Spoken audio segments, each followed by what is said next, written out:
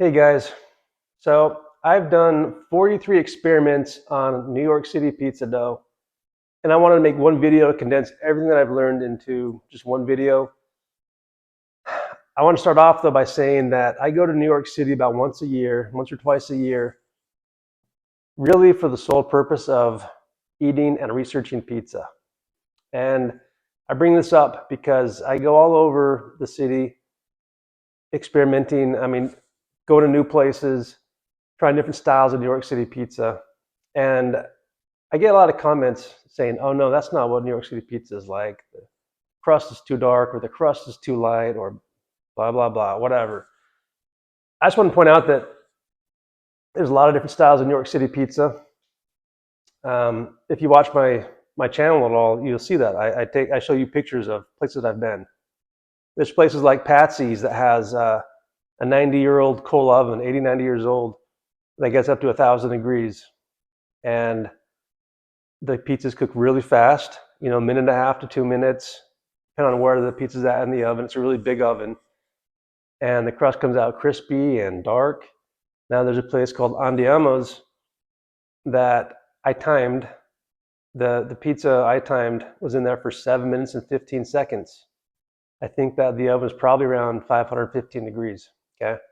And the pizza crust at Andiamo's was really a golden brown. Okay. Just different. So, with that in mind, I'm not trying to make this stereotypical textbook perfect New York City style pizza.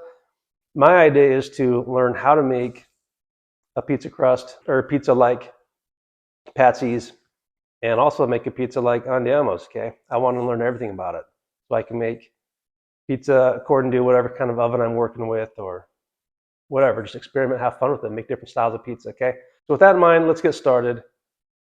First, let's talk about flour.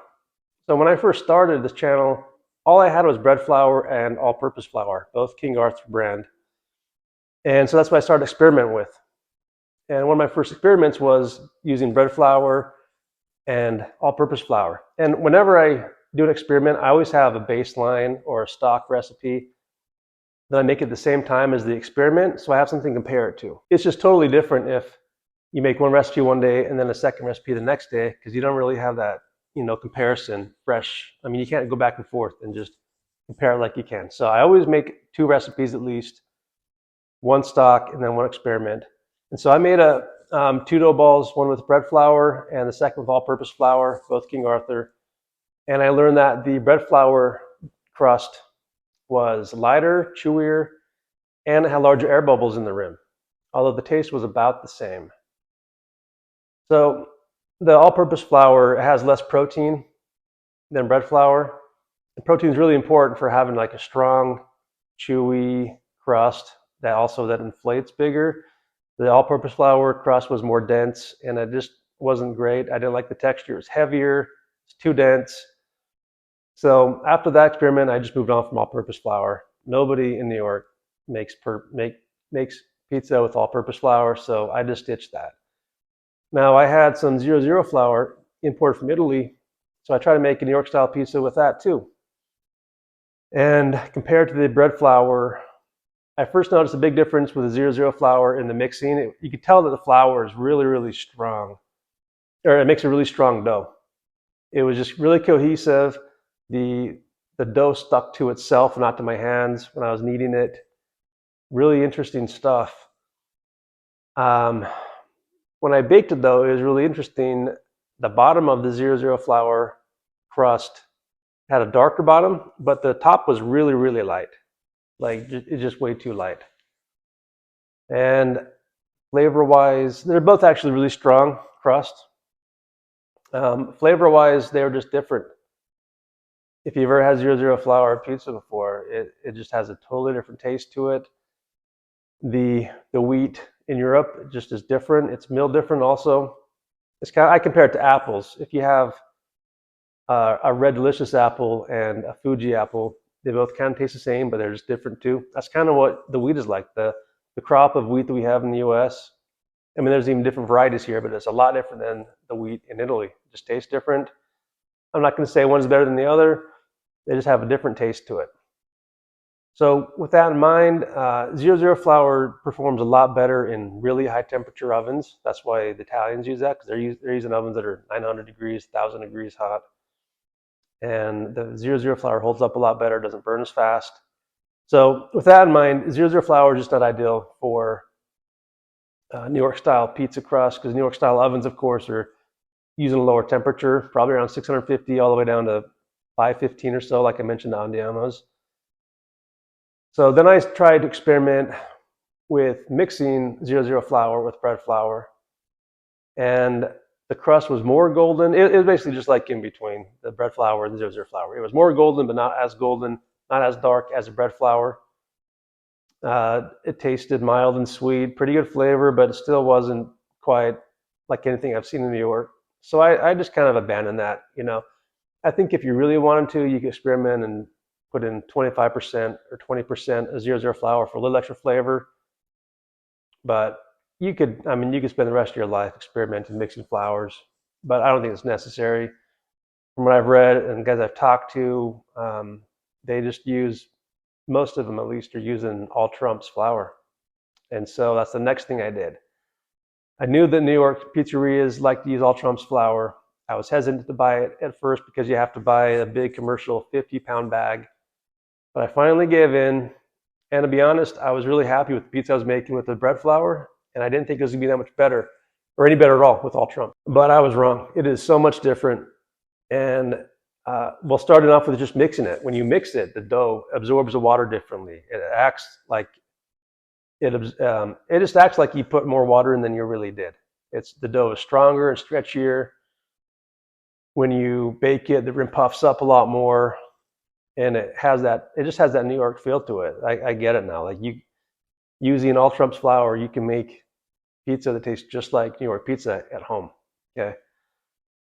So the taste-wise, not only is it just more authentic, it just has a lot more rich, sweet taste to it than bread flour. Oh, and like I mentioned with the water absorption, I did one experiment where I made dough with all Trumps at 61.5% hydration. And then I did 69% hydration with bread flour. And they were similar in characteristics. The dough was about the same. They puffed up about the same. They just felt the same. So for whatever reason, the all Trump's flour just absorbs water differently. It just reacts differently without water.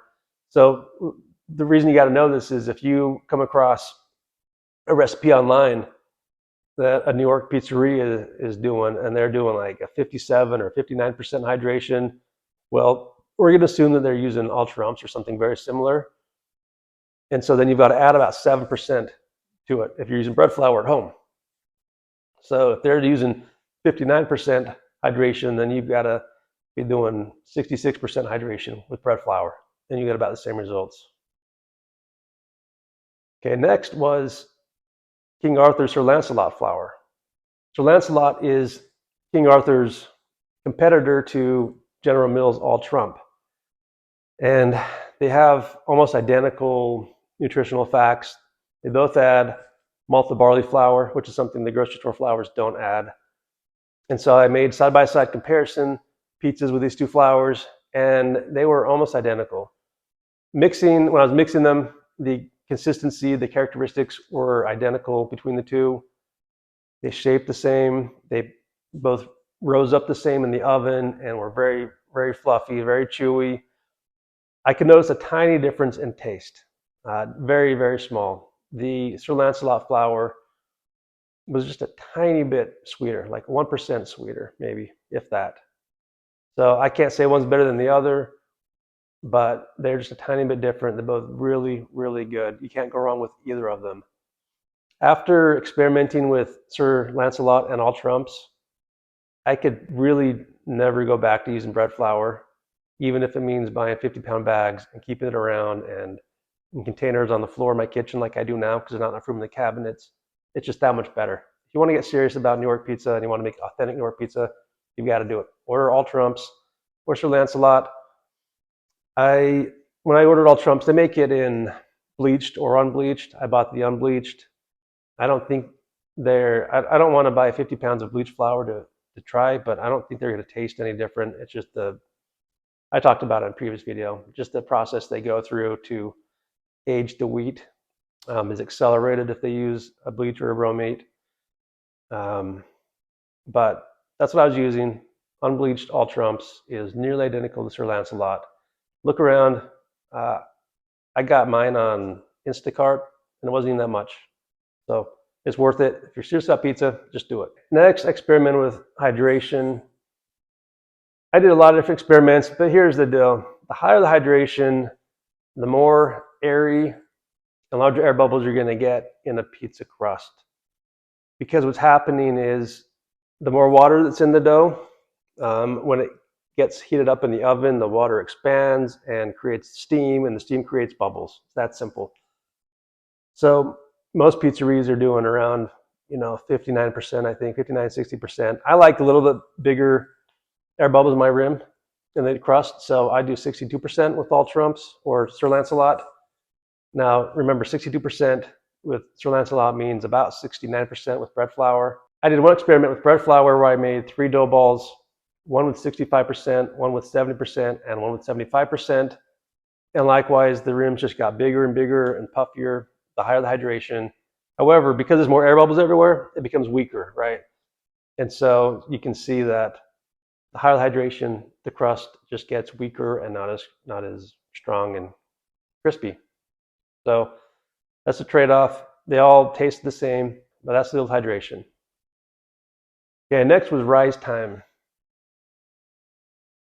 When I first started making pizza, I never knew that you had to, or I didn't really know that people were fermenting overnight or for multiple days. So I was doing the same day pizza crust. It was like a 3-hour process. Then I started this channel and I started to experiment with longer ferments. And what I learned was, and these experiments were all with bread flour right now I'm talking about. What I learned about was a one night cold ferment in the fridge had a lot more flavor than a same day rise. And then a 2-day ferment had more flavor than a 1-night ferment, and a 3-night ferment had more flavor than a 2-night ferment. However, I did a 5-night ferment, and the 5-night ferment had no more flavor than the 3-night ferment. And so I think this is what's going on. Okay, what the fermentation process is all about is the yeast converts sugar, like eats sugar, and then produces ethanol and carbon dioxide as byproducts. But this ethanol, which is alcohol, and the carbon dioxide have flavor to it. And so the longer it ferments, the more ethanol and carbon dioxide are being created, therefore the more flavor. However, I think what's happening is at about 3 days, at least with the amount of yeast I'm using, 3 days is when the fermentation process just kind of stops. All the sugars are converted, and it just didn't get more flavorful after that. So I think that's what's happening. But regardless, 5-night ferment had no more benefits than a 3-night ferment. But it still worked. So if you just want to make a dough ball, toss it in the fridge for a day down the road, go ahead and do that. It'll taste good after 4 or 5 days. I have not tried longer than 5 days, but I'm sure it'll work. Okay, sugar. When I was using bread flour for my pizza dough, I experimented with using sugar or no sugar or honey. First off, using sugar made a huge difference with bread flour. It just gave it a lot more flavor, not necessarily sweet flavor, it was just flavor. Because like I just said, sugar is being eaten by the yeast. And so when you add sugar to it, it's just like adding fertilizer, and it gives the yeast something more to convert to ethanol and carbon dioxide. And it also makes the crust more brown after it's baked. Somebody said they wanted to know what honey is like, so I did an experiment with honey, and the formula I found online said to take the sugar amount and then use 63% of that by weight with honey, because honey is more dense than sugar, and then you get a similar sweet effect. So that's what I did, and I did a few different experiments, or a couple different at least, where I would just pour the honey right into the bowl, my mixing bowl, with room temperature water.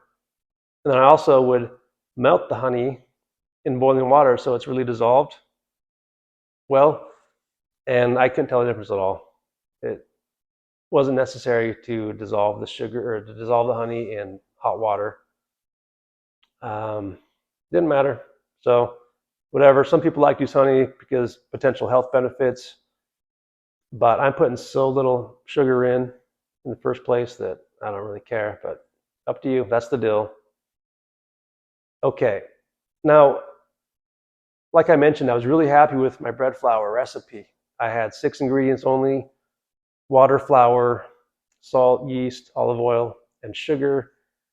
So I kept using that same recipe when I got my all trumps flour, but then I learned that the hydration is a little bit different. And then I also learned that the all trumps flour, I was emailing General Mills' top pizza dough guy over there, and he said, we were talking about malted barley flour and what it does for all trumps. And basically, the malted barley flour that they add to all trumps and Sir Lancelot, it goes about it in a different way. Instead of just adding sugar to the malted barley, converts starch to sugar, and then the yeast eats the sugar. And so when I learned about that, I'm like, I wonder if it's even necessary to put sugar in my dough with all trumps flour. And so I did experiment, one with sugar and one without, and guess what? They tasted the exact same. They looked the exact same. It just wasn't necessary.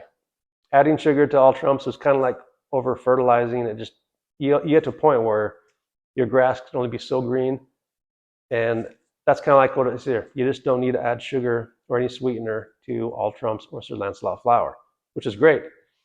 I am always for making things more simple, eliminating things that don't have a positive effect. My father's parents were from Sicily, and that's kind of their mindset when they're cooking is less is more. Okay, use the best ingredients and the fewest ingredients in the simplest methods, and that's how you make good Sicilian food. And so that's what I'm doing here. That's what I'm learning here. Same with pizza. You don't need to add sugar to all trumps or Sir Lancelot. It does nothing for it, so just take it out. Okay, then I did experiments with DMP, diastatic malt powder.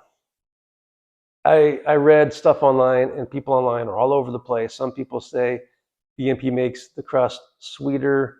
Some say it makes it more of a nutty flavor. So I bought some, did some experimenting, a number of experiments actually. And what I found was the DMP makes the crust have a more nutty flavor, less sweet, more nutty. So that's a total personal preference thing. Tony Gemini, when I was doing the experiments, I was reading the Pizza Bible by Tony Gemini, and Tony prefers that taste, so he uses that in his pizza doughs, or at least some of them. I don't prefer that. I prefer a little bit sweeter dough, sweeter crust, and not that nutty flavor. So I haven't used DMP in a long time. Not my personal favorite, but that's what it is if you like it. Oh, I will say this. All DMP is not created equal. Some is more concentrated than others, different brands. And so you have to look into the brand that you have and find out what it rates on the Lintner index. Somebody came up with the scale to figure out how powerful DMP is, and it varies greatly. I guess it can change. Like if you have a recipe that calls for 0.5% DMP, you got to figure out how powerful the recipe is on the Lintner index, the DMP they're using, and then you've got to convert it, the stuff that you've got. So you've got to go online and figure out what the Lintner is on your brand of DMP, and then figure out what the recipe was using, and it can be a lot different. So that's something to be aware of. Okay, the next thing I experimented with was olive oil. I read that in Italy, so the 00 flour is so fine that it just adheres better. It creates a stronger dough. And so when the Italians came over to America, over 100 years ago, 120, 130, 140 years ago, they weren't able to get 00 flour over here. And the American milled flour wasn't strong enough. And so they added a fat. I think back then they would actually add some kind of lard, some kind of animal fat to it. And for whatever reason, this lard or any kind of fat will coat the gluten strands, and it like keeps them moist or something, and it makes them stronger. That's all I know. That's what I read. I experimented with it. And nowadays everybody's using oil. Any decent restaurant or decent pizzeria is going to use an olive oil. That's what I use. And so I'm putting only 1.5% olive oil in by weight, which isn't much. but it makes a huge difference, especially with bread flour. Using olive oil and bread flour made a really big difference in the stretchability, the strength, both while you're mixing it and afterwards. I was really shocked to actually see how much of a difference a small amount of olive oil made. If you're using bread flour, you've got to use olive oil. Now, with all trumps or Sir Lancelot, remember I said that these two flours are naturally just stronger and stretchier than bread flour. Using olive oil is not as necessary, but it's still preferred. It's still better. It still makes a little bit stronger dough. So I still strongly recommend it, highly recommend it in your all trumps and Sir Lancelot flour. Some guys say they can tell a difference in taste. I can't. Some guys say different olive oils they can actually taste. I don't know. Maybe they're using a lot more than I am. Like I said, I'm putting 1.5% in, which is like a little drop for one ball, and mixed up with all of that other stuff and salt and flour. Like I just can't taste it one way or another. I can't taste if it's in or not. It's just for the strength factor. Only reason I use it, but it's necessary. Next was salt. Okay. I did a few experiments with salt and some research. And here's the deal. All salt is not created equal. Some salts, like table salt, it's really finely ground. Now, certain sea salts are more coarse, and they also have certain minerals mixed in. And so a combination of having minerals mixed in and the coarseness really affects the taste. And the reason the coarseness affects the taste is because if you have this grain structure that has lots of jagged edges and lots of flat parts, even if it's the same way as a table salt, the flat parts create a larger surface area, which means when it hits your tongue, it's hitting more, taste buds or whatever. And so some salt tastes saltier than others, and some salt just simply tastes different than others. And so, I mean, it's up to you. It's all personal preference, I just use like a sea salt, finely ground, nothing fancy. I've experimented with fancy stuff, but I usually just use like a Morton sea salt, I prefer a saltier crust. So my stock recipe, I'm using 2.8% weight of salt. I did one experiment with 2.3% versus 2.8. And here's the deal. When you add more salt, the more salt you have, the slower the dough is going to ferment, slower it's going to rise. So when you add more salt, you have to either add more yeast or let it rise longer, or have the room temperature hotter, or add hotter water to compensate. Now, you cannot add too much yeast, because if you add too much, then the dough becomes weak. And so I found that about 0.35% weight of yeast is all I can make before the dough starts to get weak. And so if I'm doing 2.8% salt and 0.35% yeast, it's going to rise slower than, if I use less salt, like very noticeably slower. And so if I'm in any kind of a rush, I'll just add some hot water to it, or I'll try to get the room temperature up, or I'll just wait longer. That's all you can do. So that's the interplay. Like whatever, I guess what I'm saying is, whenever you figure out what percentage of salt you prefer, you're going to have to also adjust the yeast to compensate for the time, and work your recipe out around that. Okay. Now yeast, this was actually a fun one. So I experimented between instant yeast and then just regular active dry yeast. I can't even buy fresh yeast around here where I live in the Phoenix area. I used to be able to, but when the pandemic hit, they took it out of the stores and never came back. So I just did the two yeasts, instant yeast, active dry yeast. And this is really, really interesting what I learned. Up until now, I was always told, because every recipe I've ever read that uses active dry yeast says you've got to proof the yeast. And I wanted to try not proofing it. And so I did, and it didn't make a difference. And I'll show you in my next video how I make pizza. I just dump all the ingredients in the mixing bowl all at once. I've experimented doing different methods and whatever, different orders. It doesn't matter. I throw it all in at once, with instant dry yeast. I did the same thing with active dry yeast. It didn't matter one bit. And so I'm like, why does that not make a difference? Like, why are we being told to proof yeast? But I did some research, and it was fascinating. Actually, I found a King Arthur article that gave the history of yeast, commercial yeast. Commercial yeast is like a fairly new thing. It's only been around for, I forget, like 70 or 80 years, 100 years. I mean, not all that long.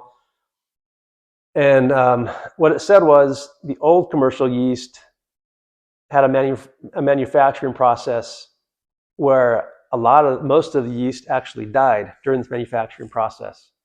And it said only about 30% of the yeast granules survived. Now what would happen is the surviving yeast, the active yeast that was still alive, was surrounded by dead yeast, the yeast that was killed during the manufacturing process, so it clumped all around it. And so in order to activate this fresh yeast, you had to soak it in water to dissolve it, to get rid of the dead yeast that was clumped up around the active yeast. But the recent manufacturing process, which has been recent, like going back for decades, is really efficient, and so it doesn't kill that yeast. So your active dry yeast is as pure as your instant dry yeast. Okay, no need to proof it. The instant dry yeast is manufactured in a slightly smaller particle, which means it will ferment a little bit faster initially, but for longer ferments, meaning like anything over 2 to 3 hours, the active dry yeast catches up and they equalize, and it's the same. And I make a lot of bread too, just for my own use, whole wheat bread, honey whole wheat bread, and I experimented with that too. And I'm doing like a 4-hour total ferment, and same thing, no difference between active yeast and instant yeast. Dump it all in there, same amount, pound for pound, ounce, gram for gram, whatever. It performs the exact same. So that's it. I don't know why nobody talks about this. I don't know why every single recipe you've ever read says you have to proof active dry yeast. If you don't believe me, just try it. It's amazing. I mean, as long as there's a long enough ferment, it'll be just the exact same, probably, 3 to 4 hours or whatever. I haven't experimented with that. But think about all the people across the world who are just wasting 5 minutes, 7 minutes, whatever those recipes say. You don't have to. So that was fun. Do it. Try it yourself. Tell people, stop wasting time proofing your yeast. Doesn't matter. Next, technique. Okay, a few techniques. Over kneading. Okay, I read how the kneading process works. Basically, if you look at dough through a microscope, you see these gluten strands are like this. Now, when they're like this, they're really weak. You can stretch it and it breaks. That's why you have to knead it to make it stronger. So when you're kneading dough, you're like folding these gluten strands over and over, kind of knotting them up like this. Therefore, it's stronger. You see how that works? Now, the problem is when you over knead, you're actually going to knot it up like this, and then you break it. So now it becomes weak all of a sudden again, okay? And basically, you have like lots and lots of little knots instead of gluten that's just cohered, together. And so I did an experiment where I intentionally over kneaded one dough ball, and sure enough, the crust wasn't as strong. It just was floppy. It wasn't as chewy. And it really doesn't take much to knead pizza dough.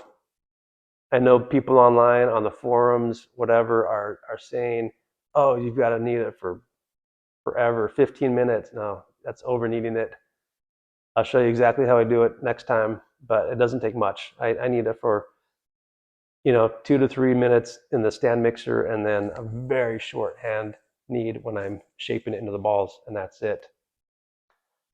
Autolyze process. So the dictionary says autolyze. I got called out in a comment. It's a French word, autolyser. I don't know.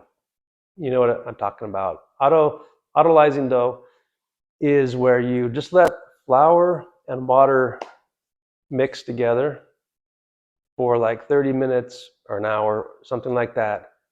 And the theory is it just makes the dough better. It's like activating the flour and getting to the proteins or something.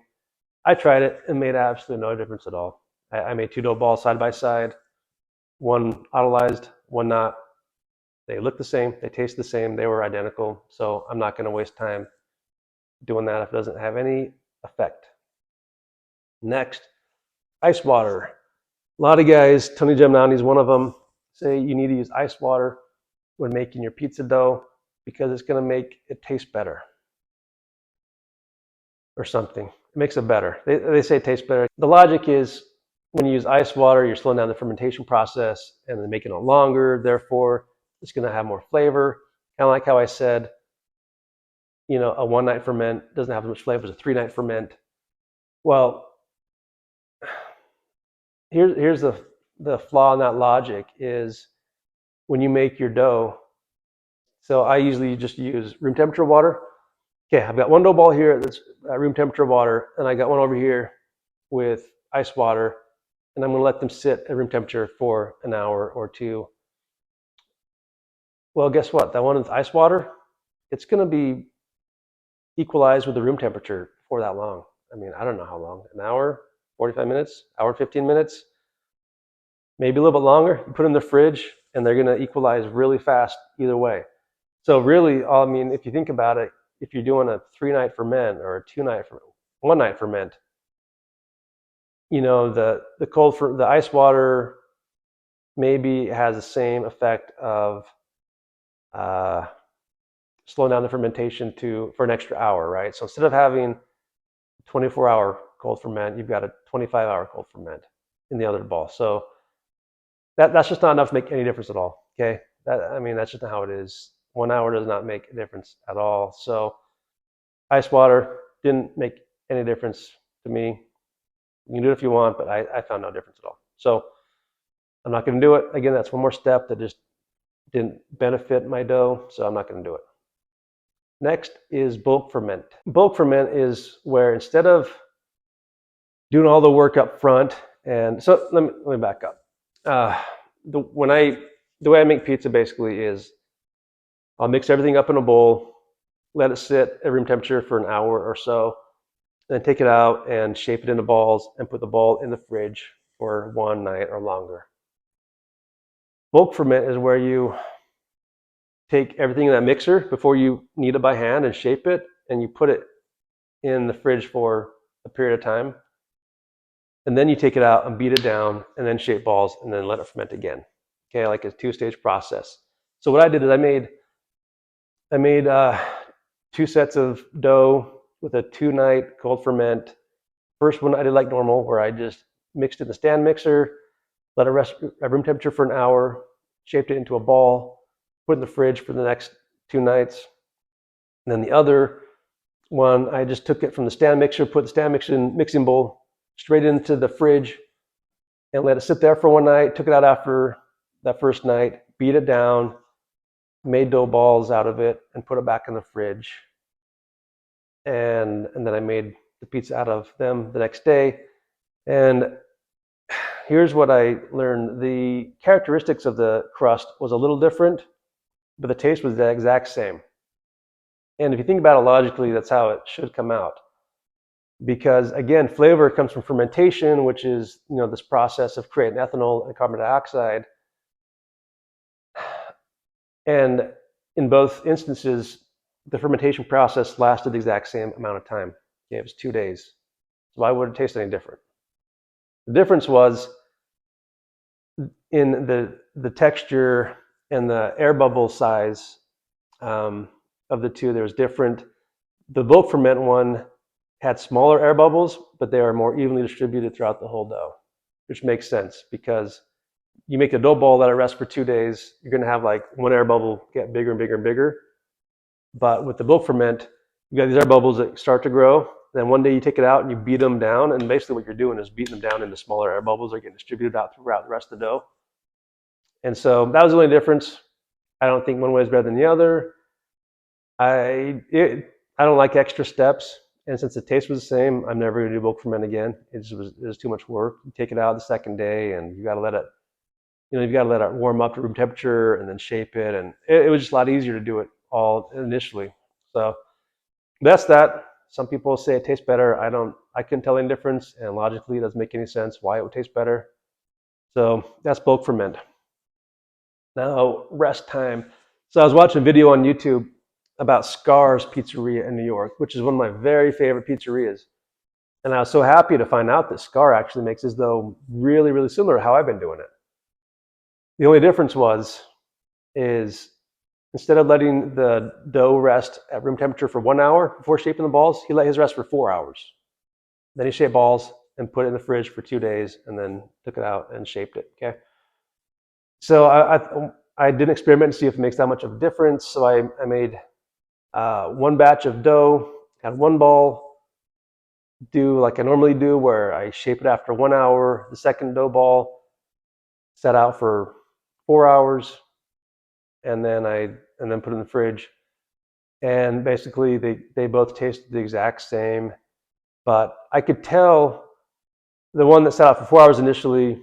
I could tell that that dough ball was more developed after a day in the fridge. It was, you can just tell. But the taste wise and appearance wise after it was baked, it was exact same, no difference. So for me, the main takeaway on that was you can do either way. Sometimes you just get sidetracked or distracted or got to go run an errand. That's okay. You're mixing bowl on the counter. It'll work if it's 1 hour later when you shape the balls, or if it's 2, 3 hours, 4 hours later. It'll all turn out about the same. Next was poolish. I did all of these poolish experiments with bread flour, and what I learned was making poolish gives crust a lot more flavor. So like I mentioned, the 3-day crust tasted, or the 3-night cold ferment tasted so much better than the 1-night cold ferment with King Arthur flour.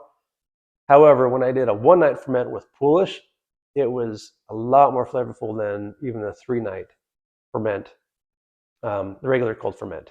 I mean, a lot more, like exponentially more. I did a lot of different experiments with poolish.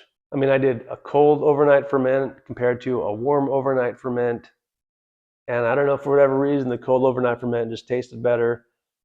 I mean, you could spend a lot of time, the rest of your, I mean, you could spend, months or years experimenting with this stuff to try every little variable. But for whatever reason, the experiment I did, cold ferment, tastes better than the overnight warm ferment. I experimented with the different amounts of poolish. So by weight, the recipe that I developed early on had poolish to the tune of 24% of the overall weight. So 24% poolish, 76% of the other ingredients for the dough. But I tried an experiment where I did 50% poolish by weight and then 50% in the other ingredients. And what happened was it was too much poolish.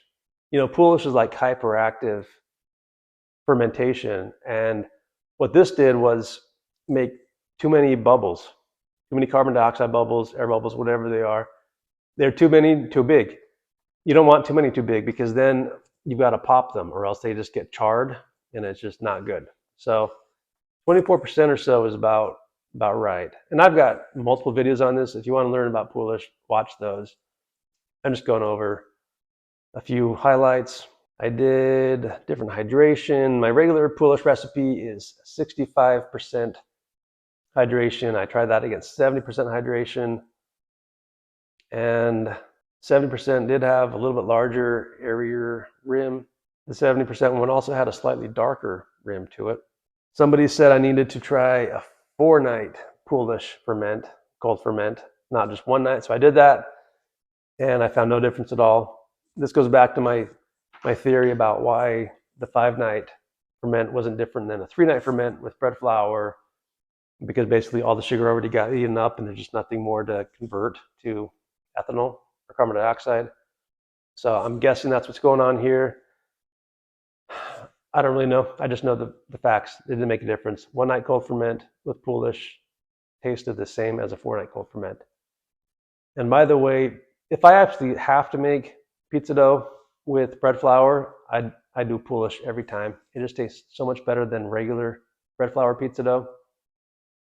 Now, the secret to making poolish is not to go off of time, but by smell. This is what I learned the hard way, because you read all these poolish recipes online, and they're saying, let it sit for so many hours, and you do it, and it turns out horrible. Problem is, there's just too many variables. There's variables like the water temperature, the air temperature, freshness of yeast, the brand of yeast, other things I'm not thinking of that affect the poolish. So what I learned is go by smell. You want to have a poolish that smells really yeasty, or even like a sour buttermilk smell, that's when you add the ingredients, the rest of the ingredients to it. If the poolish smells like acetone, nail polish remover, or alcoholic, then it's too fermented. It's over fermented. Throw it out. Start over. So I found that out the hard way. Too many times you follow a recipe online and it ferments too long or too little. No, forget about it. Just go off of your nose. Just keep an eye on it. That's one thing. It's more of an active recipe. You've got to be there. But get to that good smell of a strong yeast smell or a sour buttermilk smell, and then adding the other ingredients. That's the biggest trick, biggest secret I learned in making poolish. So that's that. Next, I haven't had time to experiment with sourdough. I'm going to get to that next. Thank you, Mike, for sharing your recipe. I'm going to get to that soon. And then other than that, I'm going to take you step by step how to make pizza crust like I do. I did a video like that a year ago, but I've learned so much since then, I've got to redo it and do a new one. So this is a longer video. I think the longest one I've ever done. If you watched it this far, thanks so much. Let me know what you think in the comments. Talk to you later.